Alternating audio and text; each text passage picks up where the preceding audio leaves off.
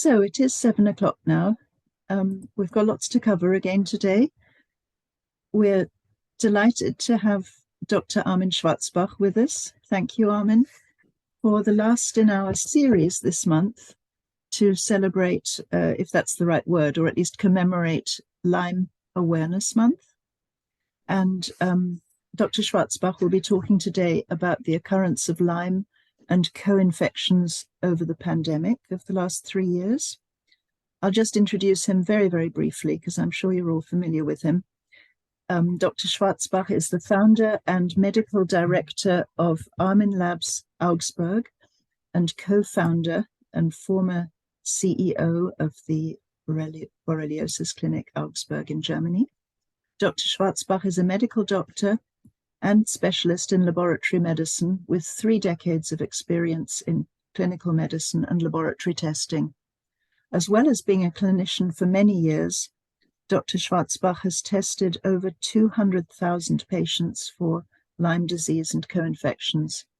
He specializes in laboratory medicine in infectiology, microbiology, immunology, and many other specialties as well. So we'll be talking today more informally and not having an actual presentation. We will be open for any questions that you have, so please put them in the chat box or the Q&A. And so we'll go ahead now. Armin, first of all, thank you very much again for being here with us today.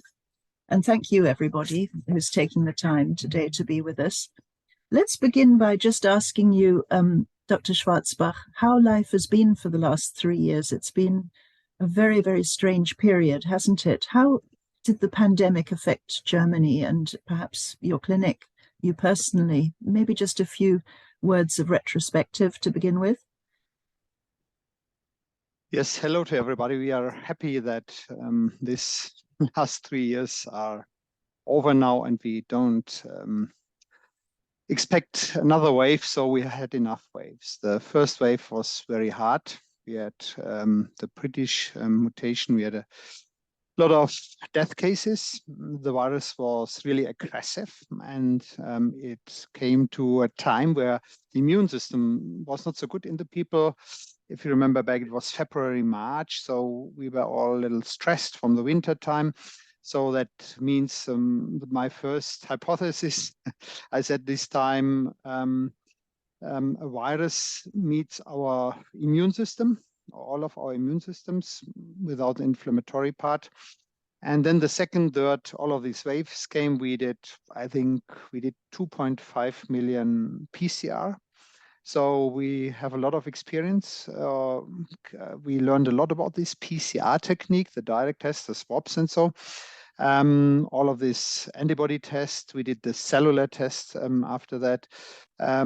We were happy that the vaccination came, but we saw that not all patients or not all people getting vaccinated were really protected from this virus. So the immunity is a question always.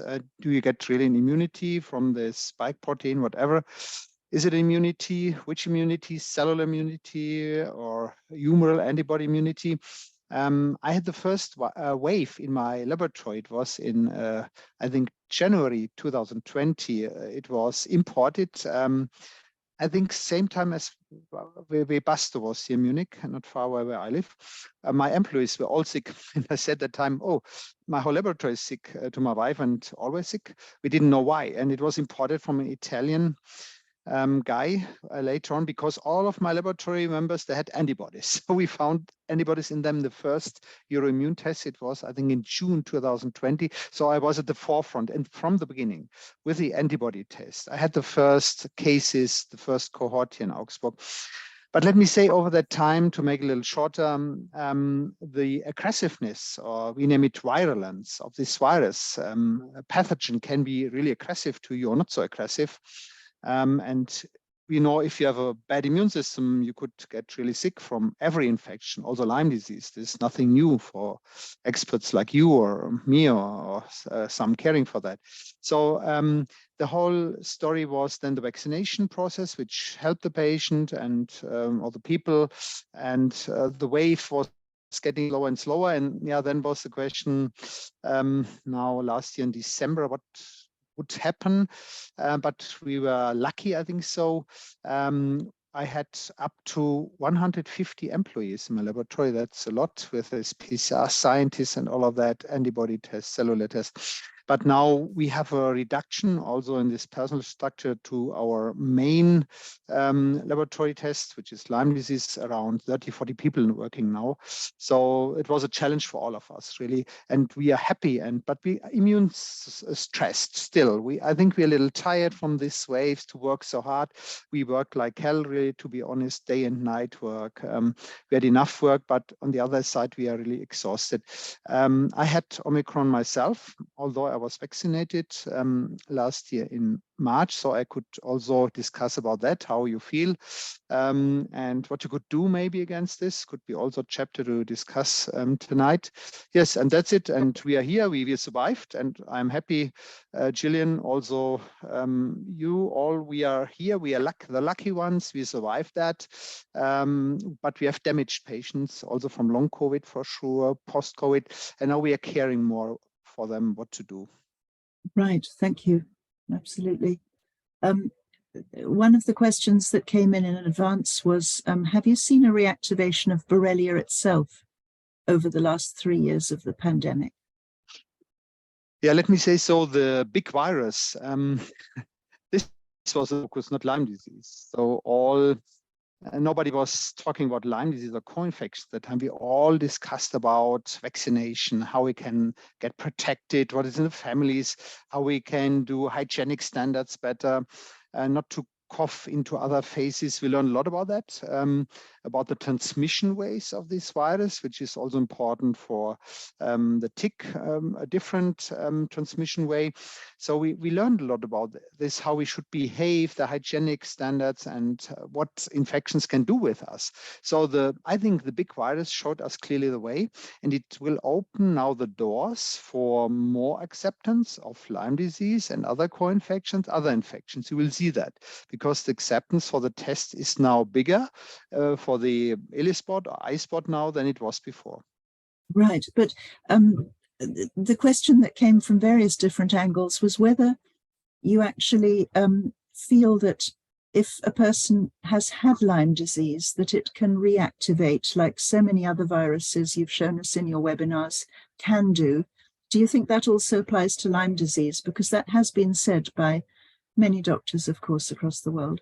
Yeah, sure. We saw it also in our results, the 𝐒𝐿, and now we're doing more the 𝐼 that we can better differentiate between interferon gamma, which means the 𝐒𝐿 is included in the 𝐼 and we do the interleukin. So we see more and more reactivations by that for sure. But we know also that if you suffer from Lyme disease, you have a higher susceptibility to get worse on SARS-CoV-2 infections than others. Why? It's pretty clear because our immune system is suppressed from Lyme disease or other co-infections, and also the inflammation in our body, which is now in the focus everywhere. I think it never happened in the medicine that infections are so in the focus now, and because of long COVID and so the discussion, coagulopathies, thrombocytes getting elevated and cold hands, cold fingers. The people have a lot of problems with that now. Yeah.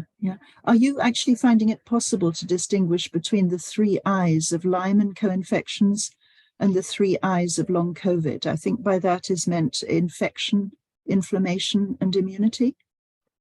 Yes, it's also pretty clear for us now.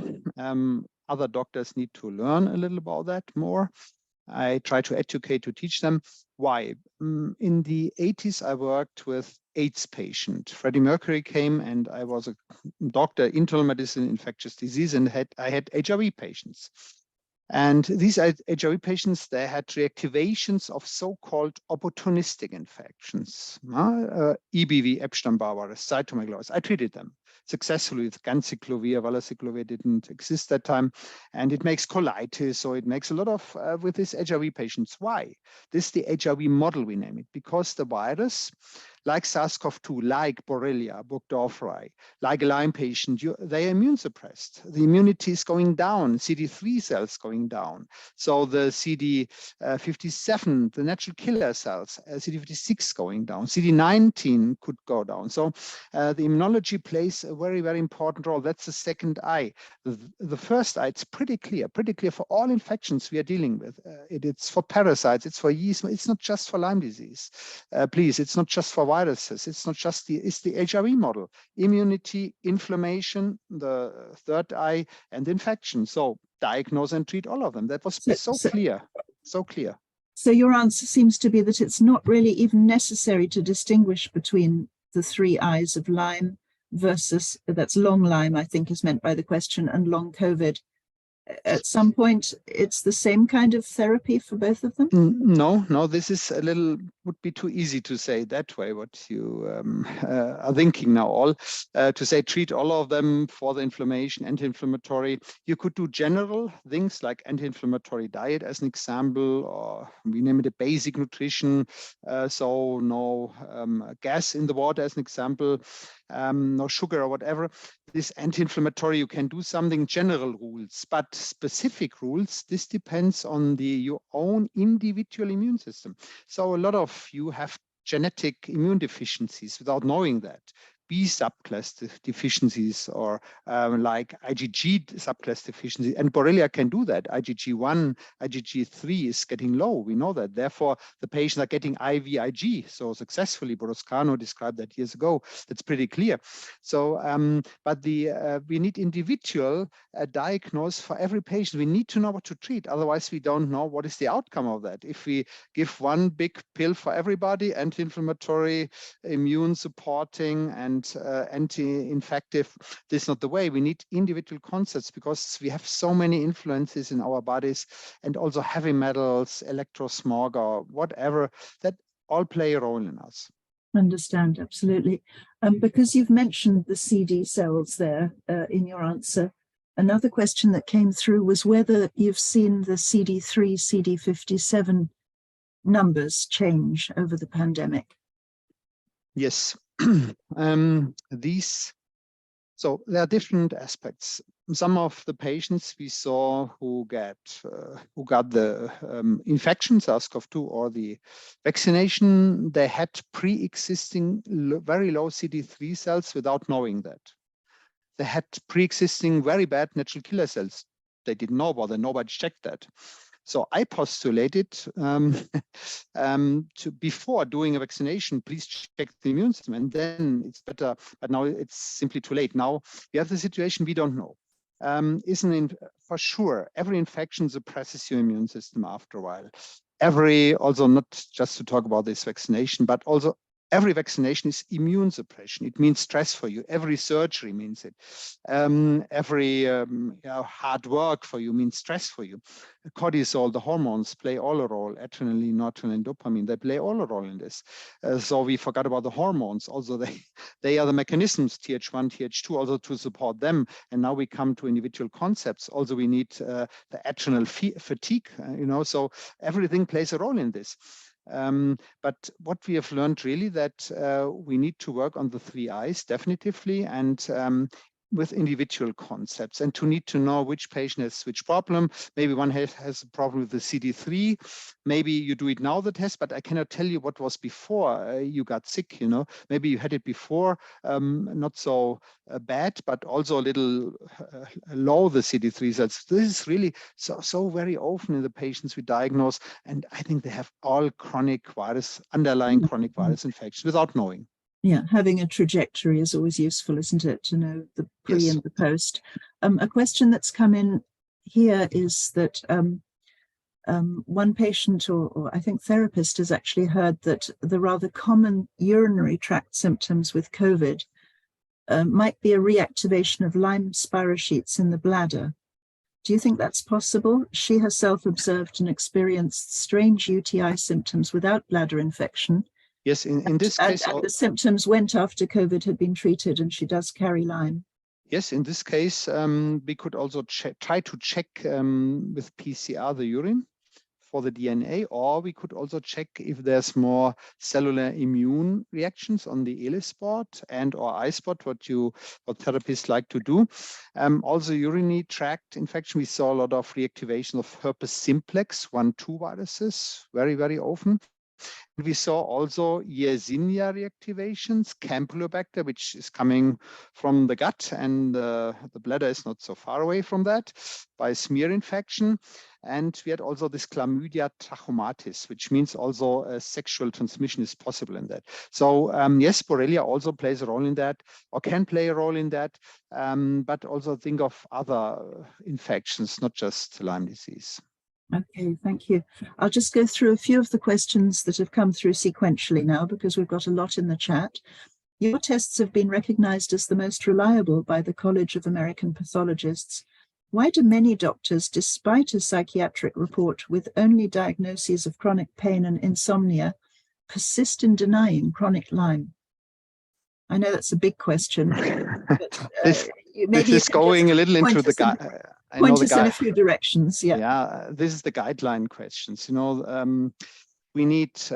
It's pretty clear we need more publishing, paper. So we need to publish about that. Not just experience is nice to have, but to come into a guideline for the denialists. We name them denialists. So they deny everything, but they are not educated. And if you deny something, you don't learn anything about that. And it's easy to say every patient, you're looking pretty well, or you don't have Lyme disease, you go to psychiatric hospital and give some antidepressive remedies. That's easy to do everything psychosomatic, but so many don't suffer from psychosomatic as it could be. It could be for sure. But Lyme disease, it's complicated. You know, it's full-time job. You need to educate the people. We need acceptance. This is a huge problem. The doctors need to listen to the patients. They need also to accept what the patient is telling them, and not to say you're psychiatric. You know, this is a huge mistake. And the corticosteroids, all this immune suppressive shit, let me say it that way. I was internal medicine doctor. We never used so many corticosteroids, and just for brain bleeding in the brain, we use that, and also we use it for asthma and for some allergic shocks, but we never use corticosteroids because we know it's suppressing your immune system. Okay, it works anti-inflammatory, it stabilizes the cell membrane, but in the end, you get cortisol problems, you get diabetes, you got immune suppression, you destroy the immune system. What we need in this stressful time, and the people getting more panicking, they get more long COVID, more aggressive, more fatigue. Also the families, these whole structures change during the crisis. Bob Bransfield talked about that. So we need to support the immune system, not to destroy it. Thank you. I think that answers another question that's come in. Why do the CDC and health insurers around the world not want to recognize chronic Lyme disease, but only the acute form? So I think you answered some of that in what you've just said. But you went into the treatment for Lyme there and talked about steroids. This question says, what are your thoughts on long-lasting oral antibiotic treatments for Lyme, for chronic Lyme patients? Well, when I started 20 years ago with Lyme, I'm IELTS member 2005. The young Horowitz was the young Boroscano. I did courses, training courses. I never heard about Coinfections. I was so convinced that everybody has Lyme disease. Why? Because I helped a multiple sclerosis patient, and the patient was cured 2006 with 3 weeks course Rocephin, cured until nowadays. A living example for how you can cure also dementia, Alzheimer's. Well, you can cure it, but you cannot cure everybody with that, and not everybody has Lyme disease. So we need to be a little careful not to overpace the antibiotics, because we know that 70–80% of our natural immunity is the gut. And if we use too many antibiotics, we destroy our natural immunity in the gut. We can take whatever we want, probiotics, prebiotics, it's a must do in this, but still we destroy a lot of good pathogens, and we destroy also maybe some bad, but Borrelia is going intracellular, and that's really complicated. We have this TICPLEX basic test. It's an expensive test. We see so many persister forms around, but it's chlamydia is going intracellular. You can take antibiotics like hell, and it will not reach this intracellular forms. It's impossible. You need to bring them outside and treat them. Intracellular therapies and also the biofilms. This is one of the keys for the future. We know that also Borrelia is doing a lot of biofilms, not just this pathogen, also other co-infections, also viruses doing biofilms. So we need to treat absolutely the biofilms in the future. So we need a good concept for the gut, and long-term antibiotics, okay. But I also see always, not always, but let me say in patients don't come forward with the antibiotics over weeks, months, maybe years. It's a one-way street with a dead end. And antibiotics, I agree also with CDC partly, they are also anti-inflammatory. So but you destroy your natural immunity in the gut, and the viruses, opportunistic, coming out, more viruses, they are in the gut, Coxsackie virus, cytomegalovirus, EBV, they're all in the gut, echovirus coming out, mucosal infections, you get diarrhea, you get all of these issues, you don't feel pretty well, you get more fatigue, the viruses make mitochondriopathy, they make you fatigue, like all of these viruses, Borrelia can do that also. So you need a balance, and you need to know what to treat. So we're coming back, individual concepts for individual patients, individual profiles, which infection is active in which patient. We need to know that, otherwise we treat wrong. That makes sense, yes. There is an interesting question here.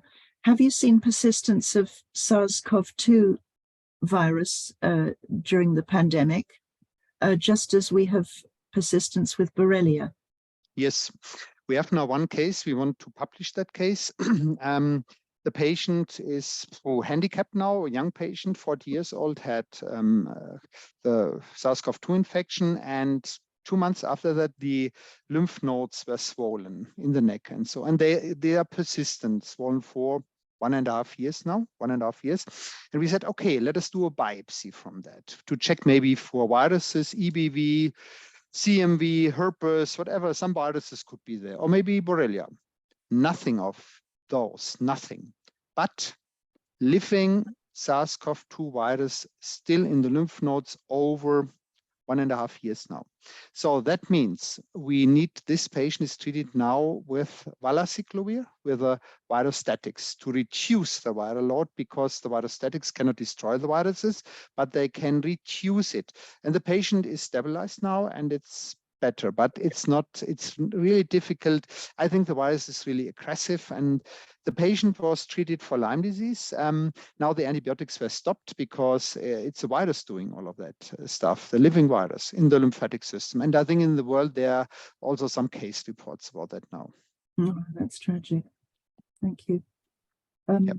One other question that came up was that the spike protein from SARS-CoV-2 has been found to remain in monocytes for up to 15 months. You've just talked about the intracellular nature of Borrelia.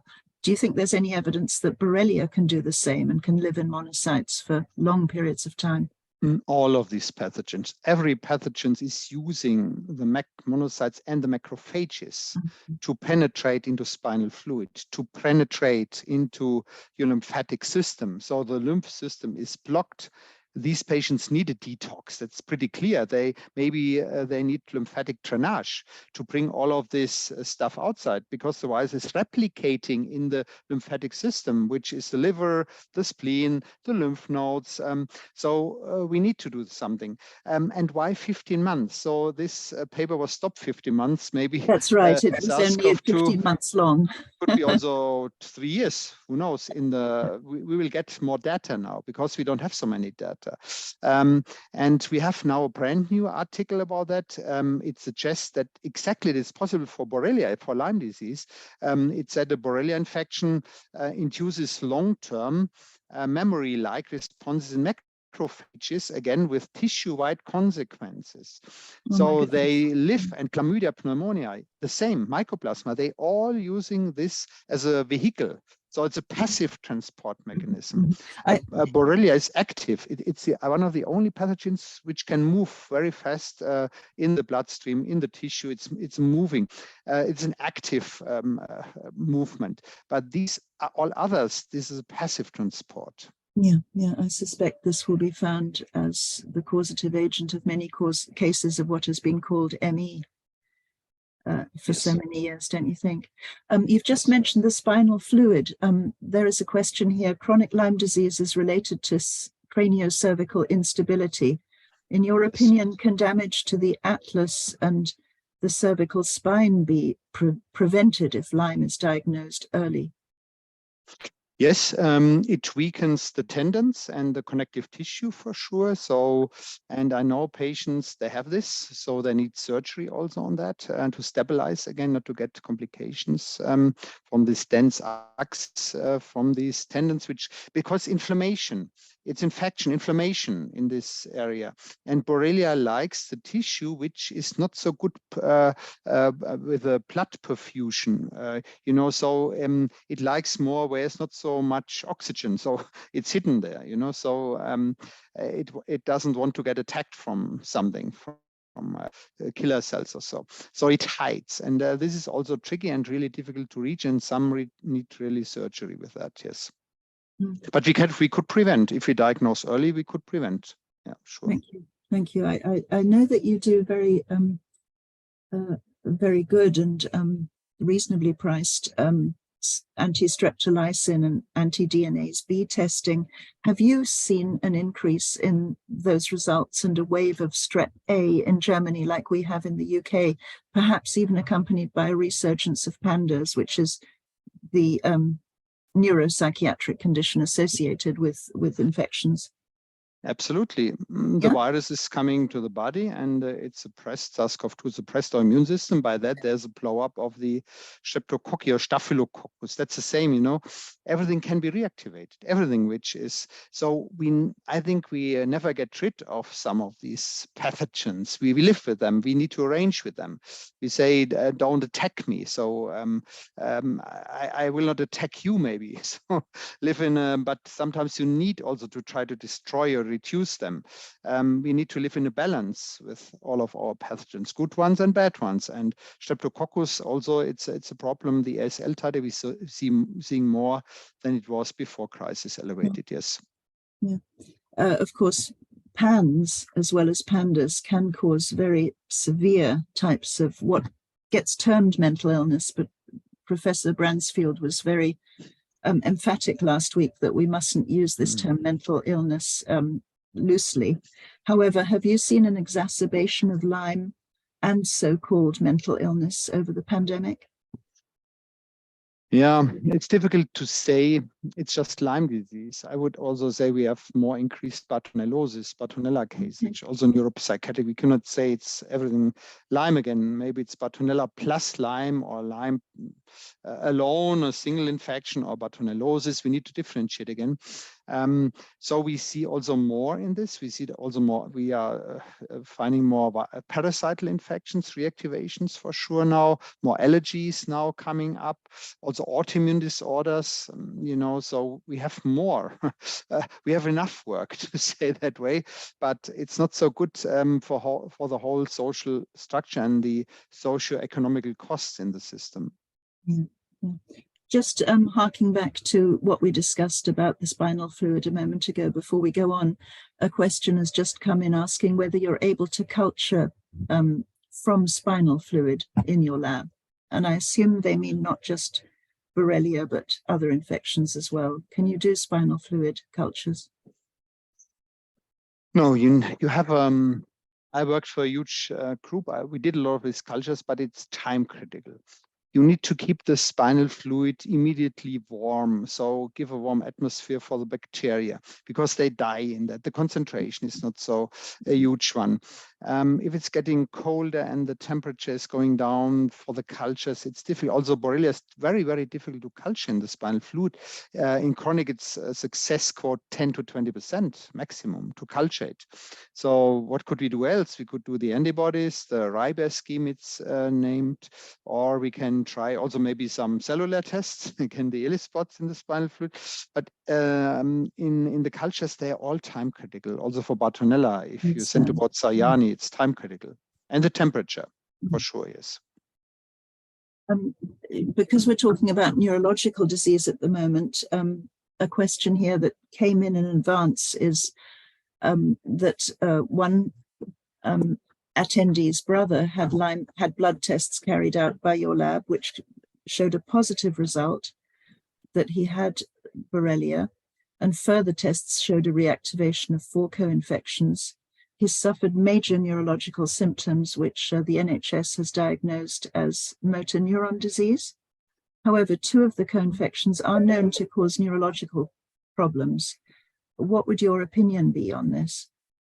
Yeah, this is well known. It's nothing new for us working in this field. Maybe for the neurologists, they never saw this because they don't accept or would accept this. Yes, we have this world famous case, David Mortz, M-A-R-T-Z from America. I know him personally from Texas. He was nominated for ILETS president 12 years ago when we had the first European conference in London, interestingly. Wow.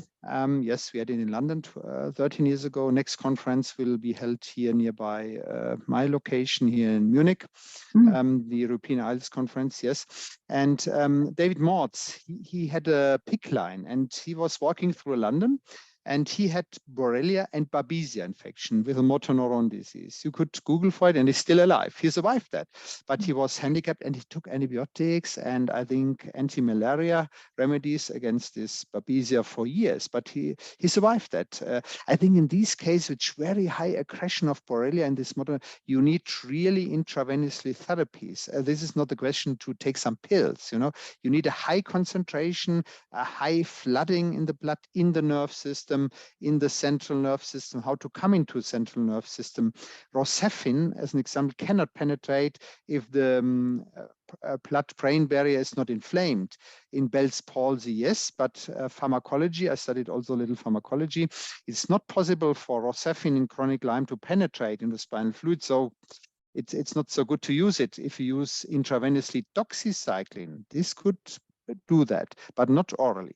If you use, as an example, the azithromycin, or let me say better the metronidazole, this is penetrating. Yeah, and also metronidazole. Metronidazole, yeah, exactly. And also the hydroxychloroquine, interestingly, it's penetrating. Yeah, interestingly, that's the subject matter of another question that has also just come in. How does the human immune system deal with a virus or bacteria inside nerve cells?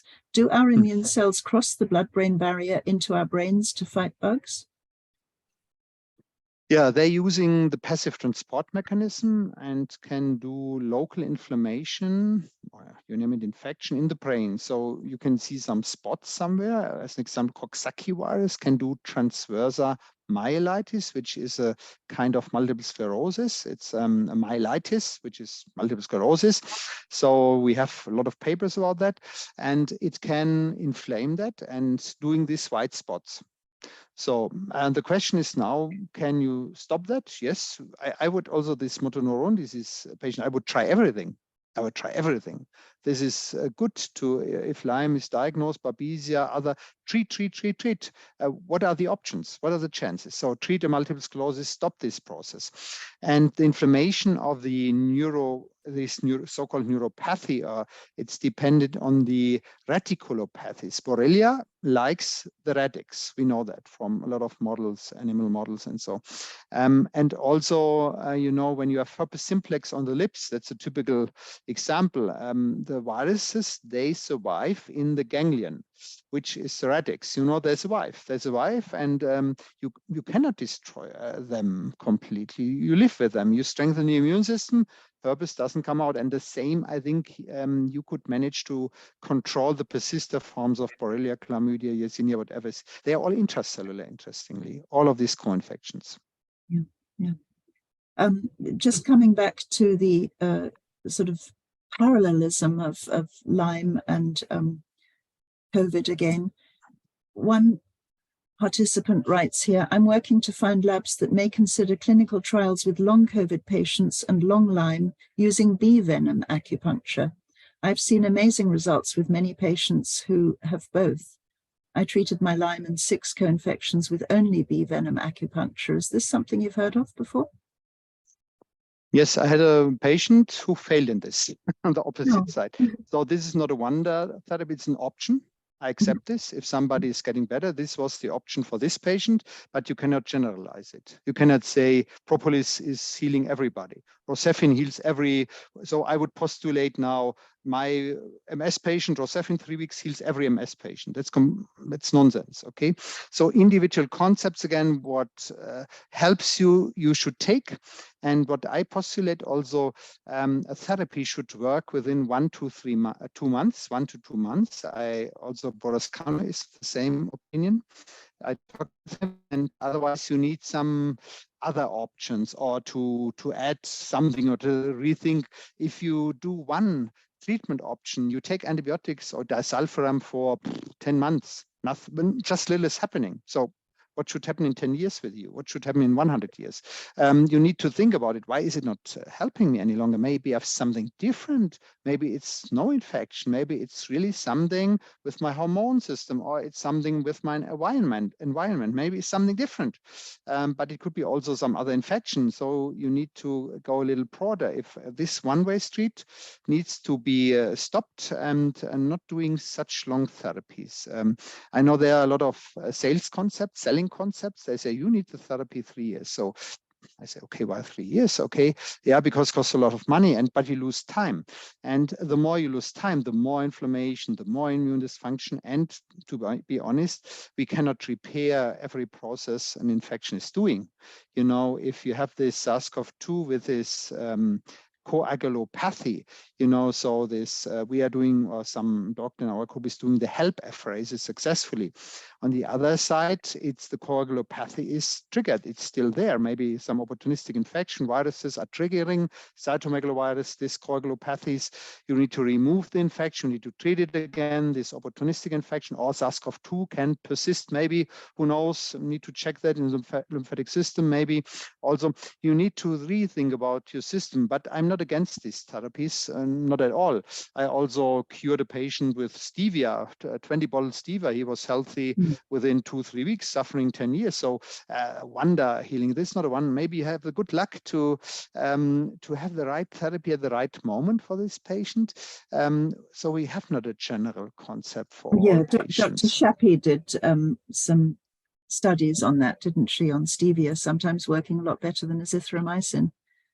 Yes, but yes, sure. As, there was a wave with Samento and Bandrol in the United Kingdom, and because SAPI did in vitro studies, not in vivo.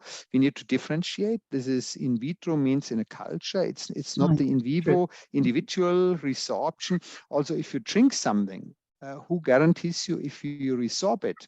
If you have a leaky gut, colitis, if you have a mucosal infection, you will not resolve that vitamin D problem, as an example. So the whole body, the gut, to me, the gut plays a very, very important role in all of this. Thank you.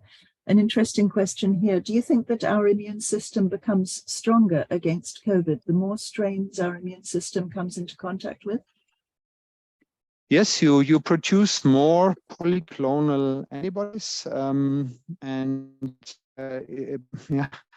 Also not good every time these infections, it weakens still your immune system, and it can do inflammation, and it can hide. It can maybe survive. The spike protein can persist. On the other side, yes, I would say this is possible. Yeah.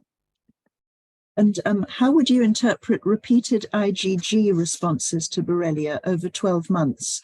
Could this indicate persisting current infection that the body has not yet been able to get on top of, hence no IgM? Or would you simply say go for T-cell testing instead? Being a traditional immunologist, I would say IgG always means a past infection, not active infection. If you have an IgM or an IgA A, it's different. Okay, for immunologists, from this perspective, you say, okay, there's a really massive current infection there. If you find IgM and IgG, although you need to be careful, IgG can connect with the OSPC with viruses, parvovirus B19. This is 6 to 8%, and you need to care about that if you have isolated IgM production in the Western blots, on the ELISA, especially without bands in the Western blot. But for the patient with the IgG, always compare the bands. We don't say the Western blot is positive. We compare, we see more on the bands, or is it less? It would be good to do in the same laboratory to compare the bands. Otherwise, you cannot compare the bands because the tests are completely different designed. Understand. I'll go through a few of the other questions we received in advance now. Have you found that when old infections are reactivated, that they're actually harder to treat? Are different treatments needed? This is an individual question. Again, we cannot generalize that. We cannot say if they are reactivated and you feel really bad, you have for sure a bad development of your immune system. And again, you have more inflammation. So you need to work harder again on the balance of your immunity and anti-inflammatory against the virus to bring it back into good your immune system and into good position to have the virus under control and to say, okay, now we have a natural immune system. This is the ELISpot as an example. The antibodies, they attack the virus. Also IgG, they are helpful antibodies. They don't protect for reinfections, but antibodies, to have antibodies, it's good. But if you produce too many antibodies, you have overproduction, and then you have the risk for autoimmune disorders, or which is really also dangerous, to get myelocytoma, a plasmacytoma, if you produce just one of these monoclonal things in your body, proteins in your, that's the right expression. So we also have more patients there now with some kind of this cancer, but don't be so irritated about that. It's a minor number, but we have that more and more. We see also more of those patients now. Yeah. Okay, thank you. And what can people do if they've had Lyme disease or co-infections in the past to lower the chances of them reactivating again during a further pandemic if we have another one of the same kind we've just had? I could say from our own experience and other patients, strengthen your immune system, maybe do some high-dosed vitamin C regularly, care for your gut, care for your intestinal flora, do a healthy nutrition, please. Don't have too much fat on your body, too high cholesterol, all of these risk factors. Use a lot of water every day. Maybe take daily a biofilm breaker to bring all of this sludge from your venous system, like a apheresis. So help your kidney also, help your liver, do a lot of detox. I would say we need to work on the lifestyle. We need to work also on our stressing factors, and also what Bob Bransfield told about our brain, how can we name it, that we have a balance, not a mental balance in the families, also in our surroundings. So that makes us also sick. So if you have some stress, you get some gut problems, or the stress plays in every infection, also Lyme disease, yeah, a huge or the most important role. Yes. Yeah. A question here. Have you noticed that the symptoms of Euro Lyme, that's Lyme in Europe, are different to those of US Lyme? And how are they different? No, when I came to islets, they said, no, we don't have neuroborreliosis. I said to myself, then I bring you some ticks from Europe on the dogs or so, then you have it. All the songbirds will do that, all the bigger birds. No. They had also the neuroborreliosis, the Gariniae, not the 𝐓𝐇𝐈𝐒. We don't see that. So we have a different distribution here. We don't have so many relapsing fever here. We have more the Miyamoto subspecies where we can do the ELISpot, also eye spot. So we have a different pathogen. The different pattern, it's named a different pattern of subspecies. Also, we have Bavariensis here in Bavaria, Lusitania. So, but we don't have tests for that. So we miss also these different subspecies because we cannot test for them. What about tick-borne encephalitis? That's one for which you do have a test, but it's not often requested here in Europe. Do you see that more in the US? No. In Bavaria, it's high endemic. The ticks are highly contaminated. So, and the more north you go, the less it is. But the climate change and all of this tick population is moving more to the north. So it's a question of time when it will also come to England more. There are, of course, some that are simply not so often tested here in the UK, like Rocky Mountain spotted fever and tularensis and so on. Yeah, Coxiella boneti as an example. So we have so many pathogens in the ticks, from the ticks. Neo-Ehrlichia candidatus, we don't have a good test for that, no certified test. So I think there's a black hole. And the vets, they know much better. If you talk with a vet about a hedgehog, they have perfect PCR. And the hedgehogs, they are 99% full of all of this Borrelia, Babesia, Rickettsia, but the PCR is not working for humans. I was in such a group, you know, so the vets have better chances because the volume of the blood in a hedgehog is less than in a human, the concentration of the pathogen. Thank you.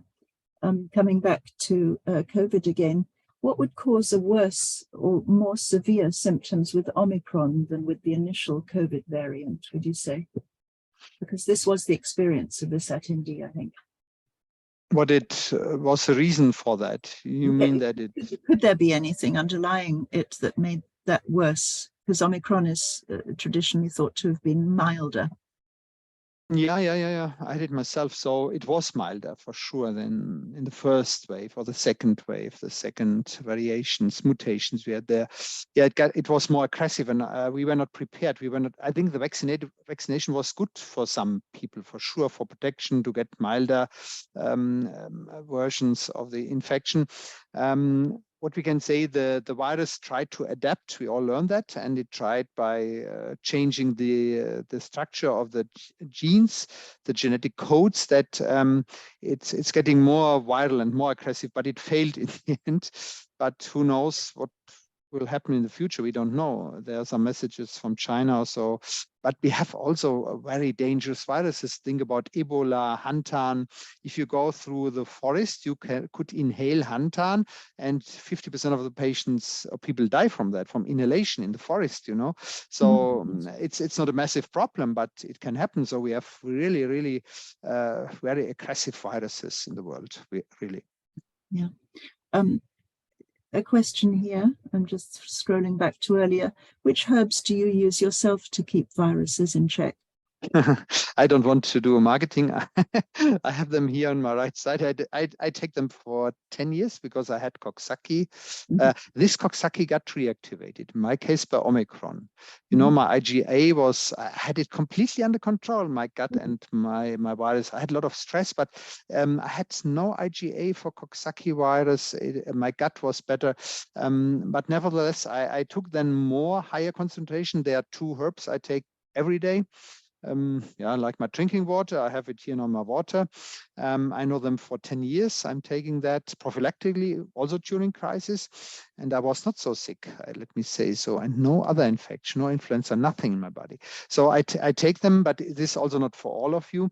I take the Tacuna, T-A-K-U-N-A, every day in combination with a Houtunia. And Houtunia is the perfect herb against enterovirus. You could Google different, you will find so many evidence-based paperwork about that. Houtunia, Houtunia, this Houtunia. And it's Stephen Buhner, who died, unfortunately, some months ago. He has written this chapter about Houtunia in his book. I didn't know that. So this is, to me, a prophylaxis to do that and to keep to bring it down again, this Coxsackie virus in my own body. Okay, thank you. One listener here is asking if you could just repeat which antibiotics do penetrate the central nervous system. Yeah, you could use the metronidazole. I would say it's the best metronidazole. We talked about the hydroxychloroquine. This combination would be good, and the minocycline 40%, minocycline 40%. Doxycycline is just around 10%. Oh, okay. To correct myself, claritromycin, and they are not able. They work intracellular, but they are not able to. They are not the best for neuroborreliose. So minocycline is much better than doxycycline from that's pharmacology. How you can reach that, okay? The metronidazole and the hydroxychloroquine, these were and doxycycline infusions. That's very, but not oral, not possible. Very valuable information. Thank you. Yeah. And another question here: in what order would you treat Lyme, parasites, heavy metals, and co-infections? Or would, I'm adding this myself, would this be dependent on the load? I would not overpace. If you're diagnosed with that the first time, do it step by step. Strengthen your immune system, prepare yourself. I would not take the antibiotics in the beginning. But for this ALS patient, there's motor neuron disease, no question.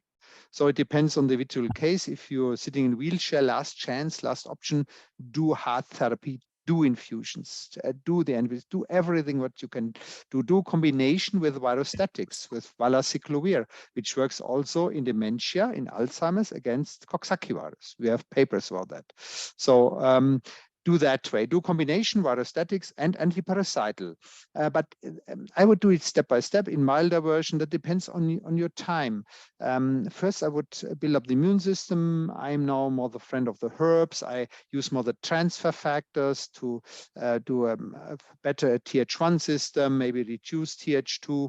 So if you know CD3 is low, support your Th1 system for sure. If you know natural killer cells are low, take colostrum or some natural killer cell product. They are wonderful products. Work on your immune system, work on your nutrition. So you can work on your gut. Coming back to that, maybe you take a biofilm breaker. You could take some artemisiana, artemisinin, curcumin, glutathione, zinc, magnesium. We are on the way. Vitamin D, vitamin K1, vitamin K2, all became famous during SARS-CoV-2 now. So a lot of doctors know more than it was before crisis. So it had some positive effects, this crisis. Right, true. Because you've just mentioned neurological disease again there, I'm going back to a question which was from Ireland. Have people suffering with chronic Lyme disease been diagnosed with Parkinson's disease in your experience? Yes, sure. Also, Borrelia is a huge imitator. It can do everything. It can move everywhere in your body. But Parkinsonism also, maybe to mention that herpes simplex virus on the lips is doing that. Okay, just an example. Not to forget against the viruses, or maybe you have a parasite. You need to differentiate again, or you have Lyme and a virus. You know, so one is not excluding the other, and this is for your therapy strategy so important. But I can tell you, the herpes simplex also in Ireland plays a massive role. Herpes simplex, the reactivation, and these are high neuropathogens, very bad neuropathogens. They really make the Parkinsonism. And if you treat the virus and the immune system, the patients are getting better. The question is now, if I have Lyme disease plus this virus, maybe you do combination acyclovir plus or ganciclovir, what the doctor can do, together with a combination of an antibiotic. You could treat both. One is not excluding the other therapy. Okay, you could do both, but they are liver toxic and they could destroy your kidney. Be careful with the organ system. This virostatics, and you know you have the problem in the liver. You cannot detox if you have herpes simplex or EBV or CMV. They all are hepatotropic, cardiotropic. You need to know the liver is so important for detox. If liver is blocking, or Borrelia is also maybe in the gallbladder or somewhere, it can also block somewhere your flow, your detoxification. So you need to do something for your liver for sure. Okay, thank you. I know you've mentioned already that it's not possible to 100% eradicate viruses.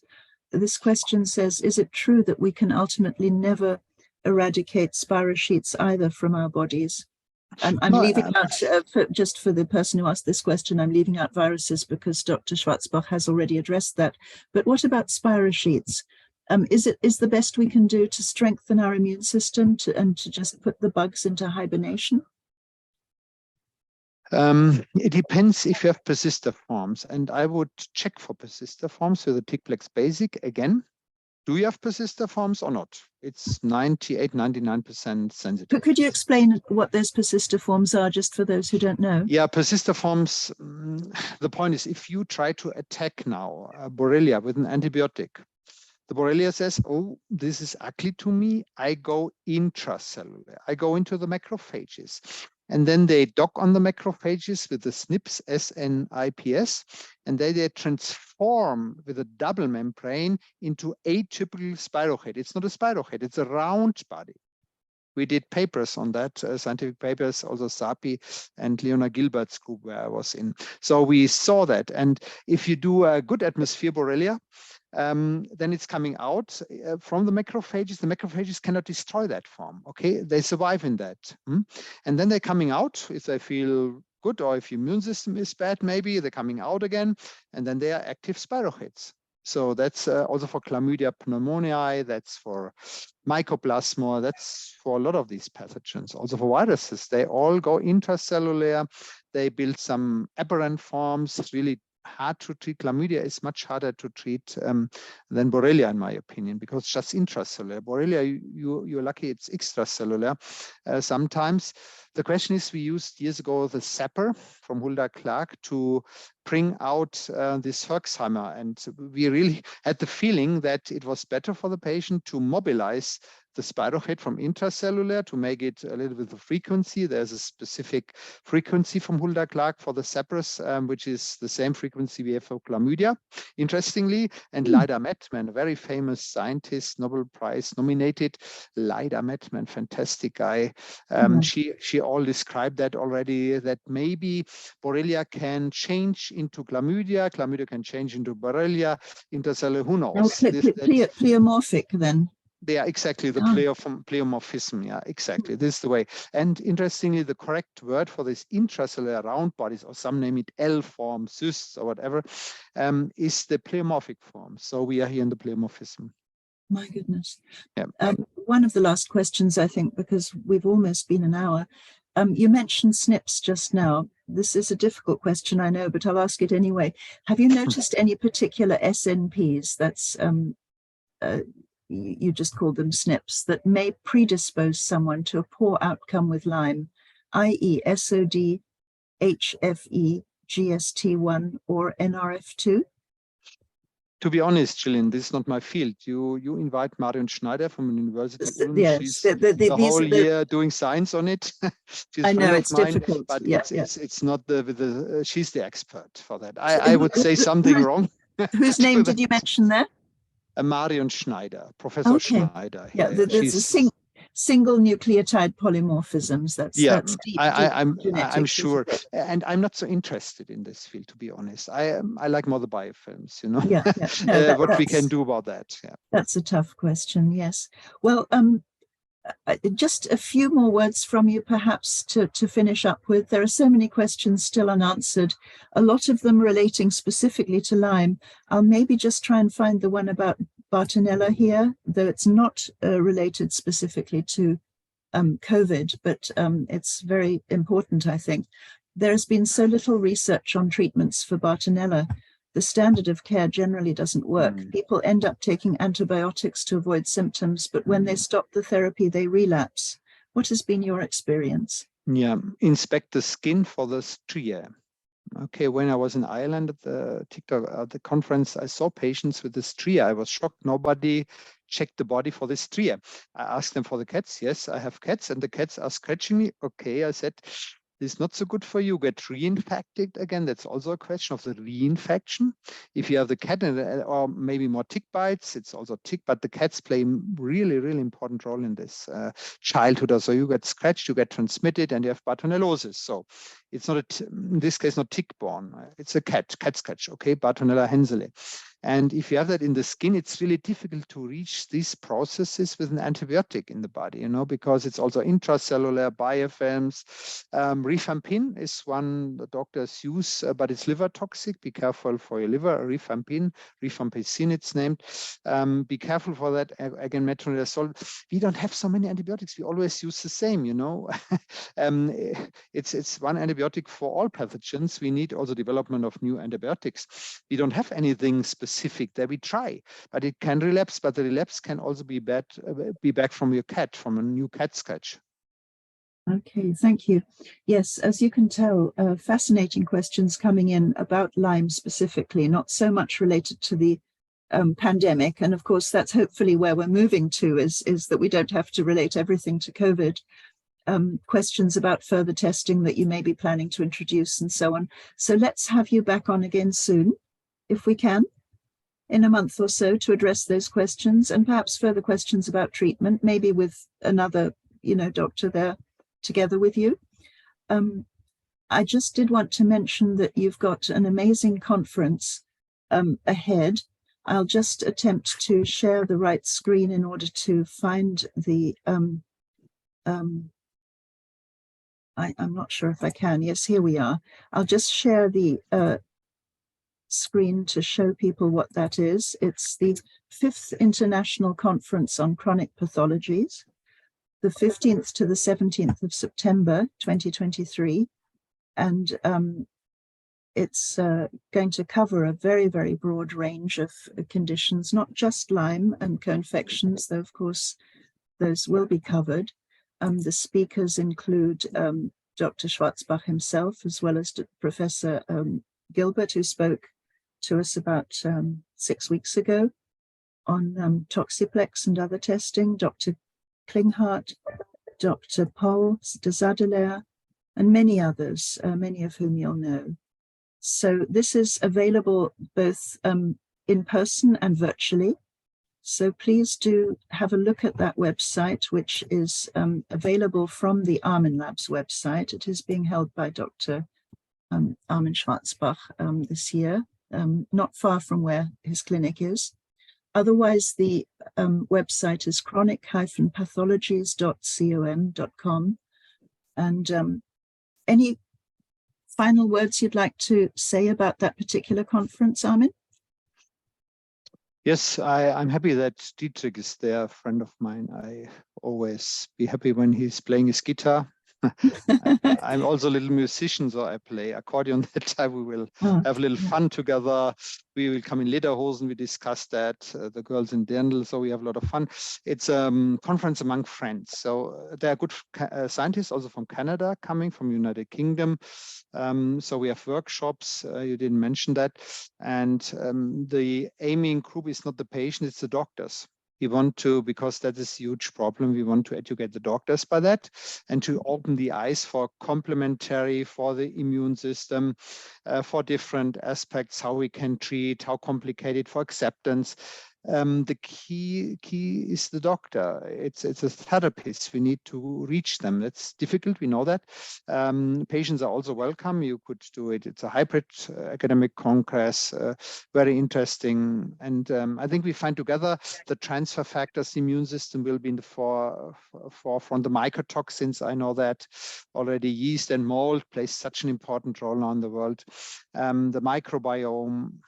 So the HELP apheresis is there from St. George's Clinic. So we have also discussion. Also maybe about this venom therapies, also very interesting. Somebody's coming there. So it's Germany is, it's the country which is really complementary. Hildegard von Bingen was from Germany, and so we have a long history.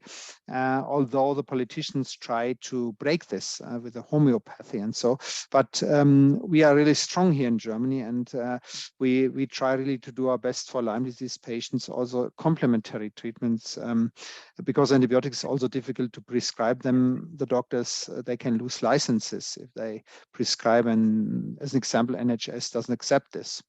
Yes, no, thank you very, very much. Looking forward to that. And we will be sending around information about that in both our e-blasts and our newsletters.